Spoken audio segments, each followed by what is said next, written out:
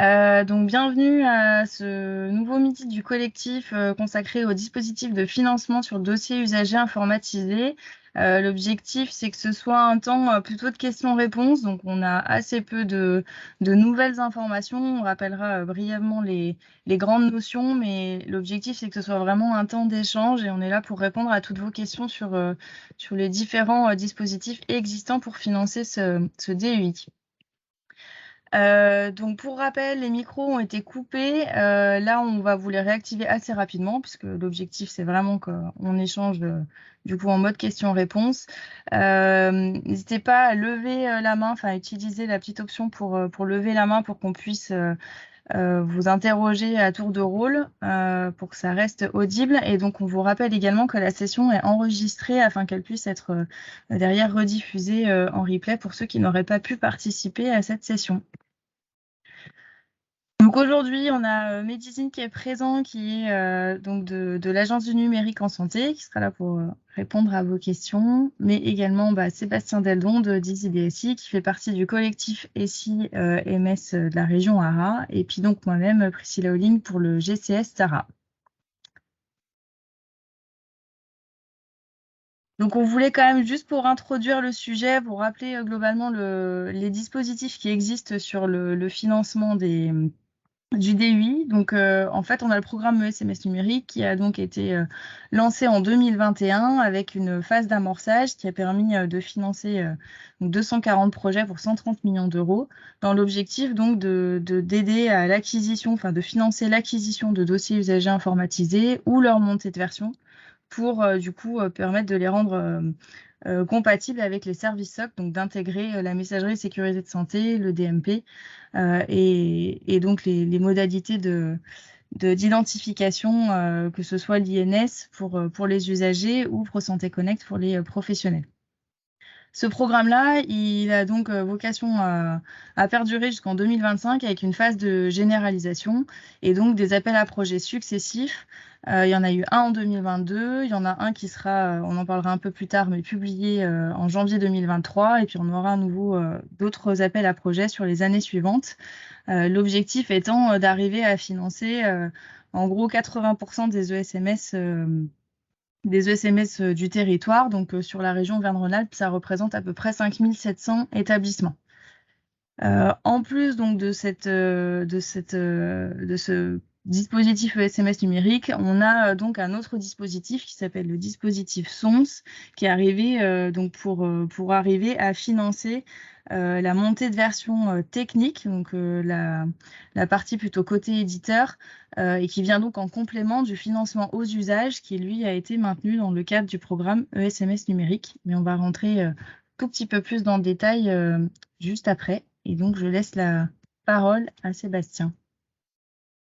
Bonjour à tous. En effet, quand on rentre dans ce dispositif SMS numérique, il y a des questions à se poser. Et les premières questions, elles sont assez simples, hein. Vous voyez, il y a trois grandes catégories de financement. La première catégorie, c'est est-ce que on n'a pas encore de DUI ou est-ce qu'on veut tout simplement changer le DUI actuel? Si on est dans l'un ou l'autre de ces cas, on se retrouve dans une phase d'acquisition d'un nouveau logiciel, hein, puisque soit on veut changer, soit on n'en a pas. Et donc, dans ces cas-là, on a un financement possible à hauteur de 12 000 € par finesse pour le logiciel, pour les formations qui vont avec, pour la licence, et également pour l'ensemble du projet de migration. Et ça peut aller jusqu'à 14 500 € si l'éditeur est référencé Ségur. Donc, ça, c'est un élément important dont on va parler souvent au cours du financement, c'est que pour que les éditeurs puissent bénéficier de certains financements spécifiques, c'est-à-dire le petit rajout de 2 500 € ici et du programme SONS, c'est qu'il faut qu'ils soient agréés au travers du programme Ségur et donc qu'ils soient certifiés sur le DSR V1 qui sont sortis sur différents couloirs cette année. Donc bien sûr, étant donné qu'il y a une subvention importante qui est mise, il fallait que les logiciels respectent un certain nombre de prérequis et donc seuls ceux qui respectent ces prérequis ont des financements spécifiques. Donc voilà, ce logiciel, quand vous êtes en phase d'acquisition, il peut être financé jusqu'à 14 500 euros. Et vous pouvez aussi avoir un financement pour déployer les usages. Ça consiste principalement à de l'assistance à maîtrise d'ouvrage. C'est-à-dire que vous allez prendre quelqu'un soit en interne, soit en externe, qui va pouvoir vous accompagner à la mise en place de ce nouveau logiciel. Ça peut être des audits de site, ça peut être l'aide dans le paramétrage, l'aide à la transformation digitale et aux usages, hein, voilà, tout l'accompagnement aux usages et au changement de pratiques aussi dans les établissements. Donc, il y a à la fois l'aspect logiciel qui est financier et l'aspect accompagnement également. Donc ça, c'est pour ceux qui ont décidé d'être en acquisition ou qui sont en acquisition. Pour ceux qui souhaitent, rester, dans leur logiciel actuel, vous voyez, c'est le chiffre 2 à l'écran. Là, on est dans un projet de mise en conformité de son logiciel, avec le fameux cahier des charges, qui a été proposé aux éditeurs. Donc là, dans ce cadre-là, il faut bien sûr, pour que vous puissiez être financé, que votre éditeur respecte le cahier des charges de l'État et donc soit certifié Ségur pour pouvoir bénéficier d'un financement qui s'appelle SONS, qui va permettre tout simplement à l'État de financer directement la mise à jour du logiciel, plus une formation, plus le paramétrage de tous les éléments numériques en santé. Mais vous pouvez aussi prétendre, dans le cadre de cette évolution mise en conformité, à une assistance à maîtrise d'ouvrage. Alors toujours pareil, hein, pour faire un audit de vos établissements, pour mettre en place tous les outils numériques en santé que peuvent être l'INS, le DMP, la messagerie sécurisée, ProSanté Connect. Donc d'une assistance à maîtrise d'ouvrage, soit interne, soit externe, à hauteur de 5 000 euros. Voilà, donc par rapport à l'atteinte de ces usages. Et il y a une petite spécificité additionnelle, c'est que, vous le savez, pour pouvoir prétendre à ce point et ce point 2, il faut se regrouper en grappes de 15 à 49 finesses. Donc ça, c'est un enjeu assez important, hein, donc de pouvoir constituer des grappes. On en reparlera certainement un petit peu dans vos questions. Et il faut savoir que pour les organismes gestionnaires dits de petite taille, c'est-à-dire qui ne dépassent pas les 15 finesses, vous pouvez avoir une aide spécifique au niveau du matériel qui peut aller jusqu'à 20 000 euros par finesse et d'un accompagnement aussi spécifique pour sécuriser le projet qui peut aller jusqu'à 100 000 euros au global. Donc il y a une petite aide additionnelle pour les organismes gestionnaires de petite taille et vous pouvez en bénéficier même si à un moment donné, il y a des organismes de plus grosse taille dans votre grappe, l'organisme de petite taille peut en bénéficier. Donc voilà, il ne faut pas hésiter à nous poser des questions sur cette formation de grappe et pour savoir un petit peu dans quel couloir vous vous trouvez et ce à quoi vous pouvez prétendre en termes d'aide pour aller vers ces usages du numérique en santé. Euh, autre élément très important dans ce programme, c'est que, en fait, le financement, il est à l'usage. C'est-à-dire que vous allez toucher 50 de la subvention octroyée totale à la signature de la convention avec l'ARS, entre l'ARS et le porteur de la grappe et la signature de la convention de partenariat. Donc ces 50 premiers pourcents, vous pourrez les débloquer à partir de ce moment-là. Mais les 50 derniers pourcents, ils vont être vraiment financés aussi sur l'usage, c'est-à-dire qu'il va falloir démontrer l'usage du logiciel. Et dans ce cadre, il y a 5 critères qui ont été définis. Des critères qui sont plutôt sur l'utilisation du logiciel, taux de dossier actif, avec un projet personnalisé et ceux qui ont au moins un événement, qui doivent être au moins saisis à 90%. Ça signifie qu'il faut que vous utilisiez le logiciel pour vos dossiers, hein, enfin tout simplement. Et ensuite, c'est des usages sur les outils numériques en santé, la messagerie santé qui va vous permettre d'échanger avec les professionnels du social, du sanitaire, du médico-social en externe, et également le DMP, sur lequel vous pourrez notamment, par exemple, envoyer le projet personnalisé. Donc ça, il faut qu'on atteigne les usages sur 70% des dossiers. Donc voilà un petit peu ce qui permet de déclencher les deux financements. Il faut savoir aussi que on demande aux porteurs de projets Sur les acquisitions, donc vous vous rappelez, c'est le petit 1, là on leur demande que le projet se déroule en 18 mois. Et sur les montées de version, c'est plutôt 9 mois à partir de l'engagement du projet. Et donc, juste pour finir la partie de présentation, donc là, c'était les chiffres qu'on vous présentait pour l'instruction 2022. L'instruction 2023, elle n'est pas encore sortie, mais vraisemblablement, donc on devrait avoir une enveloppe régionale pour ARA d'environ 8 millions d'euros. Il y a le maintien des 3 financements là qu'on vous a présentés, enfin que Sébastien vous a présenté sur l'acquisition de financement à l'usage et les financements à l'équipement et à l'AMOA pour les petits OG. Et donc une publication qui sera prévue courant janvier avec vraisemblablement une clôture de l'appel à projet courant septembre. Donc voilà, une ouverture de l'appel à projet de janvier à septembre pour que vous puissiez candidater au programme ESMS numérique. Et on vous propose, du coup, je vais vous réouvrir les micros, mais de commencer à répondre à vos questions. Et puis au fur et à mesure de vos questions, on pourra les illustrer avec d'autres planches qui sont à notre disposition. Et il nous semble avoir vu dans le chat déjà une première question. Mais je crois que Héloïse y a répondu. Donc, si le financement... J'espère que ça répond à la question, mais sinon, n'hésitez pas à la préciser. Mais j'ai compris la question comme ça, mais dites-moi si je vous réponds bien. Ouais, la question était si le financeur n'est pas l'ARS, les modalités conviennent-elles avec un autre financeur? C'est ça. Voilà, donc l'idée en effet, c'est que c'est l'ARS qui assure le déploiement du programme ESMS numérique pour l'ensemble des ESMS concernés. Donc là, peu importe le financeur, il y a une liste d'établissements autorisés, hein. Il y a un article qui permet de voir si on est dans la catégorie de financement, mais globalement, c'est tous les établissements ESMS. Exactement. Alors, il faudra revérifier dans les instructions. C'est l'article du code. Alors, je l'ai plus. 312-1. Merci Jean-Michel et Priscilla. Et donc voilà, si vous êtes dans la liste du 312-1, peu importe si vous êtes à compétence exclusive CD ou pas, en fait, ça passera par l'ARS. Il y a malgré tout une mesure d'exclusion par exception dans le 312-1 de ceux qui sont des établissements, c'est les entreprises adaptées qui ne relèvent pas de cet article-là, mais ils sont nommément cités, alors qu'on pourrait a priori croire qu'ils y sont. Merci. On a une deuxième question. Pour des structures de plus de 49 établissements, sont-ce les mêmes modalités? Donc, je ne sais pas si Mehdi, tu voulais y répondre, vu que ça concerne plus le national, du coup.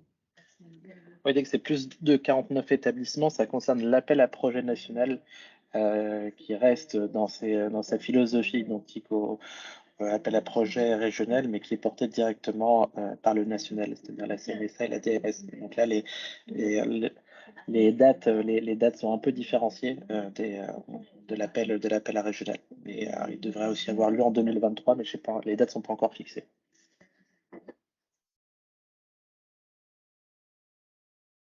Oui, donc en fait, vous ne pouvez pas déposer à plus de 49 structures au niveau régional, quoi.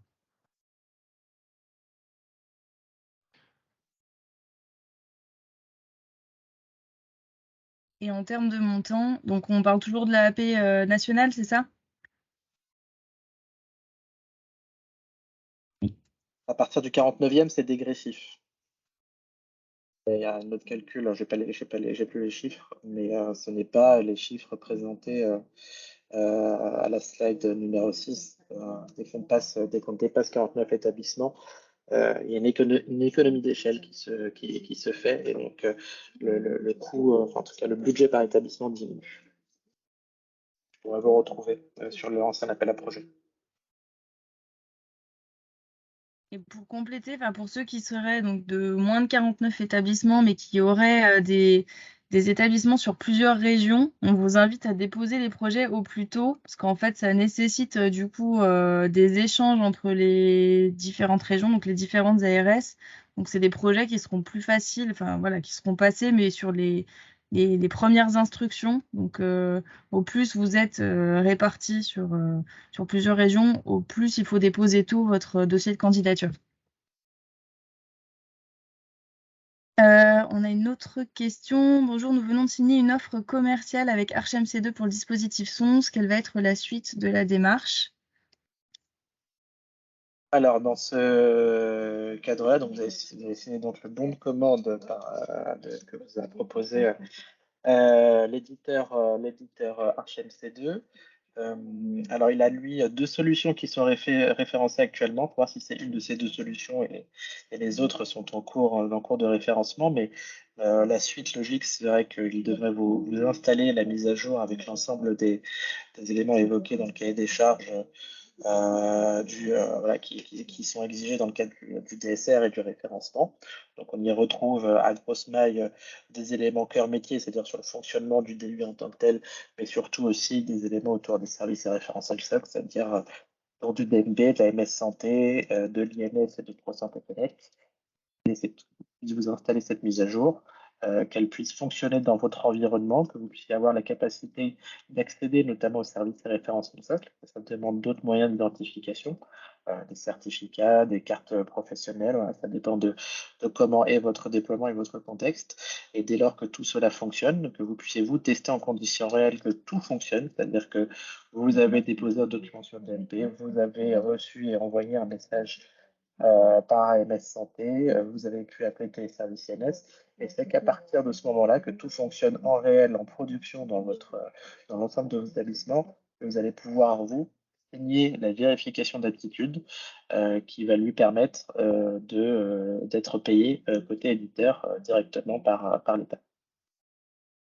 Et vous me direz, Mehdi, si je me trompe, mais ça n'exclut pas du tout le fait de pouvoir postuler à SMS numérique, c'est-à-dire que pour tout ce que vient de dire Mehdi, il faut aussi aller essayer d'atteindre des usages, donc ça ne vous empêche pas du tout d'essayer de postuler également et de déposer une candidature à SMS numérique complémentaire pour pouvoir aller sur un dossier d'évolution, parce que parfois c'est difficile tout seul d'atteindre ces usages-là en direct avec l'éditeur, il y a beaucoup d'étapes. Donc voilà, l'un n'exclut pas l'autre. Bien au contraire. C'est Bien au contraire. vraiment conseillé de coupler les deux parce que le financement à l'usage apporte aussi ce financement qui permet d'aller un peu plus loin. La partie SONS se limite à la mise à jour, à un peu de formation, mais ça reste une formation sur une mise à jour, donc c'est peu de temps. Et après, l'éditeur n'a aucune obligation d'aller plus loin.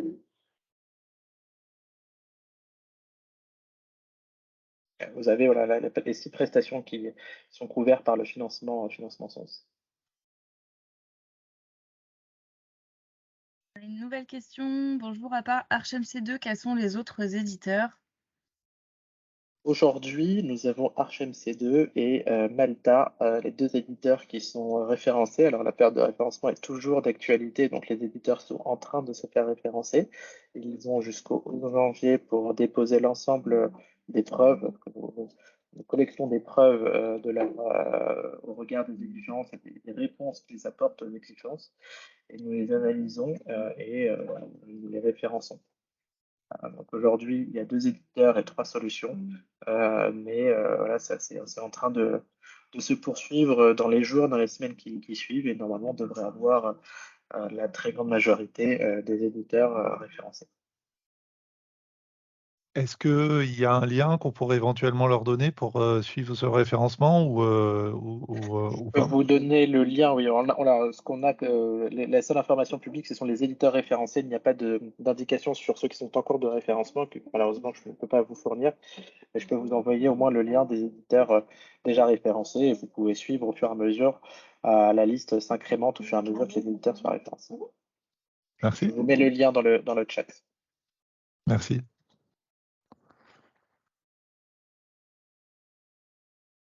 Il y aurait d'autres questions?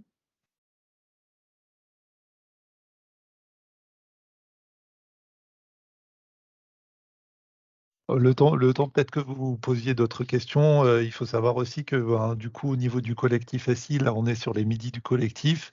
N'hésitez pas à venir vers nous s'il y a un moment. On le sait, il y a de plus en plus d'établissements qui sont ou d'organismes gestionnaires de petite taille. N'hésitez pas à vous rapprocher de nous si vous voulez qu'on essaye aussi de vous aider à trouver d'autres d'autres organismes gestionnaires, d'autres établissements pour pouvoir constituer une grappe de 15 personnes. Le collectif est là pour ça aussi, pour vous aider dans cette démarche-là, pour essayer de trouver ceux qui vont fonctionner le plus avec vous, parce que vous savez très bien que sur ce programme-là, il faut aller vers une même solution logicielle, donc il faut quand même avoir des grappes qui soient à peu près cohérentes. Donc nous, on est là pour vous aider à constituer des grappes entre vous, à trouver des organismes gestionnaires qui vous ressemblent, hein, autant que se faire se peut, mais vous aider un petit peu dans la démarche de constitution du dossier aussi. Donc n'hésitez pas à revenir vers nous par rapport à tous ces éléments.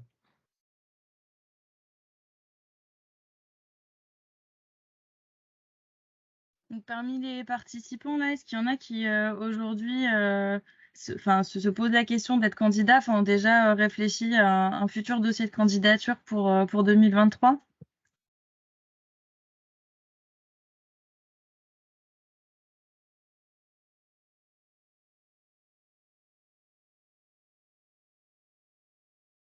Ok, on a au moins un. N'hésitez pas à prendre la parole, hein. Les micros, ils étaient coupés au démarrage, mais vous pouvez les réactiver hein, si jamais vous voulez passer devant du chat. Alors, oui, Comment est-ce qu'on sait s'il faut partir sur une acquisition ou sur une montée de version? C'est une question un peu compliquée, dans le sens où si vous avez un dossier usager déjà qui est en place chez vous, une des premiers éléments à vérifier auprès de votre éditeur, c'est est-ce qu'il compte se mettre en conformité avec le numérique en santé? Parce que clairement, si vous êtes sur un éditeur qui n'a même pas envisagé ou qui n'a même pas commencé les démarches pour se mettre en conformité avec le numérique en santé, vous avez de vraies questions à vous poser sur cet éditeur, hein, voilà, malheureusement, même si le produit est bien utilisé. Donc ça, c'est vraiment le premier élément à vérifier. Le deuxième élément, c'est est-ce que vous utilisez vraiment le logiciel ou est-ce que le logiciel est très peu déployé en usage? C'est-à-dire, grosso modo, est-ce que ce logiciel, au final, n'était pas adapté, au final, vous ne l'utilisez pas, ou est-ce que vous avez un bon usage du logiciel? Donc ça, c'est la deuxième chose. Très clairement, si vous avez un bon usage du logiciel et que l'éditeur est en train de se conformer au numérique en santé, vous avez tout intérêt à rester dans ce logiciel-là et à partir plutôt sur une évolution. Dans le cadre où l'éditeur ne se met pas du tout en conformité avec le numérique en santé, pour moi, la question se pose assez peu. Et le plus embêtant, c'est le cas intermédiaire où là, vous avez assez peu d'usage et l'éditeur doit se mettre en conformité avec le numérique. Là, il faut vraiment que vous arriviez à détecter si le manque d'usage vient, entre guillemets, du fait que on n'a peut-être pas assez bien mis le logiciel en place, on l'a peut-être pas assez bien paramétré, ou est-ce qu'il ne correspond pas du tout à votre besoin? Donc ça, c'est vraiment un choix qui nécessite de faire quand même une étude un peu sérieuse. Voilà, c'est pour ça qu'on vous propose de prendre des chefs de projet là-dessus, mais il faut quand même en amont du dépôt du dossier, peut-être que vous investissiez quelques jours pour prendre cette décision parce qu'elle est assez cruciale. Voilà, il faut savoir si ça correspond ou pas à votre besoin. C'est ça l'essentiel et s'ils vont vers le numérique en santé. Il y a eu beaucoup de questions du coup. Ouais. Donc pour la question de Monsieur Noël, oui effectivement, donc si aujourd'hui vous avez 9 finesses, il va bien falloir trouver un autre organisme gestionnaire, voire plusieurs autres organismes gestionnaires, parce que l'objectif c'est vraiment d'atteindre la grappe de 15 finesses géographiques pour pouvoir répondre à l'appel à projet ESMS numérique. Donc là, après, il faut essayer de voir potentiellement, même avec votre éditeur, de voir si AGM Informatique équipe déjà d'autres structures qui seraient intéressées pour faire également cette montée de version et puis derrière pouvoir répondre avec vous dans le cadre de l'appel à projet. Quelle est la date limite des... Alors, ça rebouge entre-temps. La date limite des dossiers de référencement éditeur. Donc, je crois que j'avais mis une diapo à ce sujet-là. Je ne sais pas si Mehdi, tu veux... Oui, la date limite, alors la date limite pour les éditeurs, c'est le 11 janvier, c'est-à-dire qu'ils ont jusqu'au 11 janvier 2023 pour déposer leur preuve. Leur référencement peut peut arriver après, hein, c'est-à-dire qu'ils ont terminé le dossier et après nous, il faut nous laisser un peu de temps pour analyser tous les dossiers et référencer tous les éditeurs qui ont pu terminer, mais ça se fait dans les semaines qui viennent. Et après, ils ont jusqu'au 10 janvier 2024 pour vous proposer un bon de commande pour que vous puissiez commander cette nouvelle mise à jour. Et ils ont jusqu'au 3 avril 2024 pour terminer les installations et pour eux demander le solde, donc le paiement, parce on fait un paiement en 2 fois, un peu comme pour le SMS numérique, 30% en bon de commande et 70% à la vérification d'aptitude, c'est-à-dire tout ce que j'évoquais à la fin. Alors, je ne sais pas si la question elle était dans le sens du dépôt de preuve, ou est-ce qu'en fait, là, pour Chloé Joux qui a posé la question, est-ce que votre éditeur, il a fait par contre la demande de référencement, ou est-ce que c'est qu'en fait, il n'a pas encore déposé de dossier? Bonjour, je me permets de répondre du coup oralement. J'ai pas exactement le détail, c'était pas moi qui étais sur le suivi du dossier à l'origine. Je crois que l'éditeur voulait se positionner, mais il nous a pas justement dit s'il l'avait fait ou non. C'est quel éditeur? Premium RH. Je vais regarder, mais ça ne me dirait pas grand-chose. Alors pour l'éditeur, c'est trop tard. Enfin, s'il veut, on ne peut plus se positionner pour se faire référencer. C'est-à-dire que la liste est fermée maintenant. Elle a été ouverte au mois d'avril dernier, jusqu'au mois d'avril dernier. Elle a été réouverte il n'y a pas si longtemps, au mois de septembre, mais là, il n'est plus possible pour un éditeur de entrer dans le parcours de référencement. Ok, moi je vais voir avec eux. Merci. Alors après, par contre, tu me corrigeras, Mehdi, si c'est une bêtise, mais il me semble qu'ils pourront repartir, mais sur la vague 2. Donc, c'est-à-dire qu'il va falloir attendre, il me semble, non, le DSR V2. Oui, c'est ça. Oui, s'ils ont loupé le coche pour la vague 1, ils peuvent évidemment s'inscrire pour la vague 2. Alors, ça les oblige d'être aussi compatibles pour la vague 1, hein, c'est-à-dire qu'ils doivent tout de même faire tout le travail nécessaire sur la vague 1, mais ils pourront le faire. Mais donc là, on ne parle pas d'avant fin 2024 pour un déploiement de la vague 2.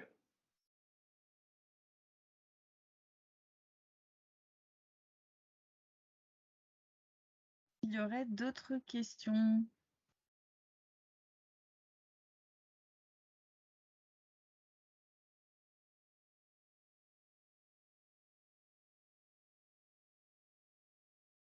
Alors peut-être en parallèle, si pour l'instant il y en a pas de nouvelles, pour vous rappeler un petit peu donc les étapes de la candidature donc pour SMS numérique, hein. Donc c'est en première étape, on identifie des partenaires avec lesquels on veut du coup se grapper quand on est moins de 15 finesses géographiques, avec le cadrage du projet, la constitution du dossier de candidature, donc qui comprend, sur la pièce principale, c'est une note de présentation.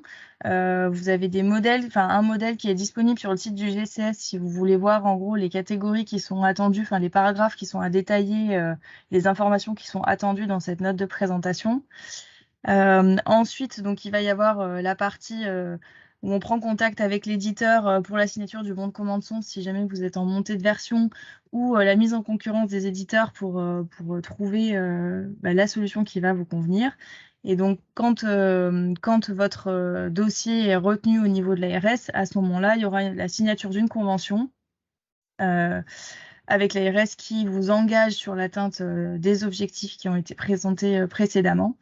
Et donc après, l'étape de contractualisation, et comme l'a dit Mehdi tout à l'heure, la partie de validation du paramétrage, donc la VA, et puis ensuite la VSR, donc la vérification de services réguliers, avant de fournir les preuves d'atteinte des cibles qui donnent accès aux 50% de financement restant par rapport à la subvention.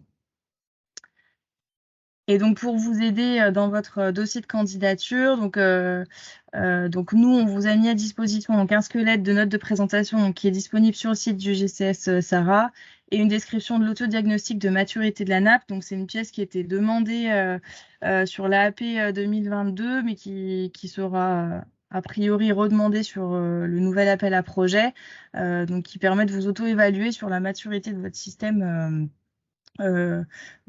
d'information et votre capacité à gérer des dossiers, la gestion de projets informatiques. Et puis donc pour constituer votre dossier, vous avez donc la notion importante qui est de bien vérifier que votre éditeur est rentré dans la démarche de référencement Ségur et d'avoir a priori son calendrier de référencement. Donc effectuer votre diagnostic de maturité, bien réfléchir à toute la gestion de projet, donc toutes les instances de pilotage que vous allez devoir mettre en place, la communication projet, valider le planning de déploiement et donc réfléchir aux usages que vous allez faire des services SOC. Donc les usages côté messagerie sécurisée de santé, quels documents vous allez pouvoir pousser dans le DMP. Et donc pour le sujet des grappes, donc dès que vous êtes plusieurs OG à travailler ensemble et à déposer un dossier, il faut aussi bien penser à la convention de partenariat, voire la convention de groupement d'achat si vous êtes sur un projet d'acquisition, parce que c'est des parties importantes qui sont à travailler en amont du déploiement et en amont de l'achat de la solution, pour définir qui va porter le projet, qui va gérer les financements, enfin voilà, toute l'organisation en fait que vous allez pouvoir faire autour du déploiement de votre DUI. Oui, puis juste en complément, mais là je remets un peu ma casquette DSI, c'est n'oubliez pas dans le dépôt de dossier de candidature tous les aspects techniques, c'est-à-dire aussi d'essayer de quantifier, notamment si vous demandez du matériel, d'essayer de quantifier assez précisément et d'expliquer quel va être votre usage de ce matériel et également de montrer comment vous allez baliser les aspects techniques de ce logiciel parce qu'il y en a également. Voilà, c'est un petit point, il ne faut pas oublier.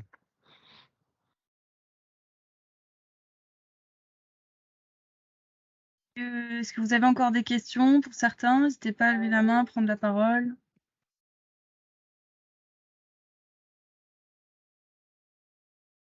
Je vous ai remis dans le chat parce qu'on me l'a demandé à un moment l'adresse mail sur laquelle vous pouvez joindre l'équipe SMS numérique. Donc voilà, et derrière on pourra répondre à vos questions et vous réorienter. Voilà, si ça concerne des questions plutôt collectives ici ou plutôt ARS, ou voilà, on pourra réorienter les mails. Donc n'hésitez pas à nous écrire sur cette adresse-là. Et puis on reste bien évidemment à votre disposition. On vous tiendra informé de la publication du nouvel appel à projet qui donc devrait arriver aux alentours du 15 janvier. Donc voilà. Et encore une fois, n'hésitez pas à déposer au plus tôt ou à nous contacter quand vous commencez à avoir avancé un peu sur la réflexion de votre projet, sur votre note de présentation, pour qu'on puisse réorienter éventuellement les travaux que vous êtes en train de mener, le dossier de candidature, pour qu'il arrive le plus près possible et complet au moment où vous le déposez sur le service pour candidature.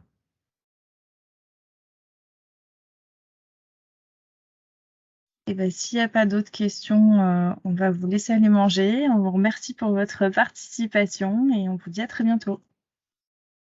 Merci beaucoup. Bonne journée. Merci, au revoir. Bonne journée. Au revoir.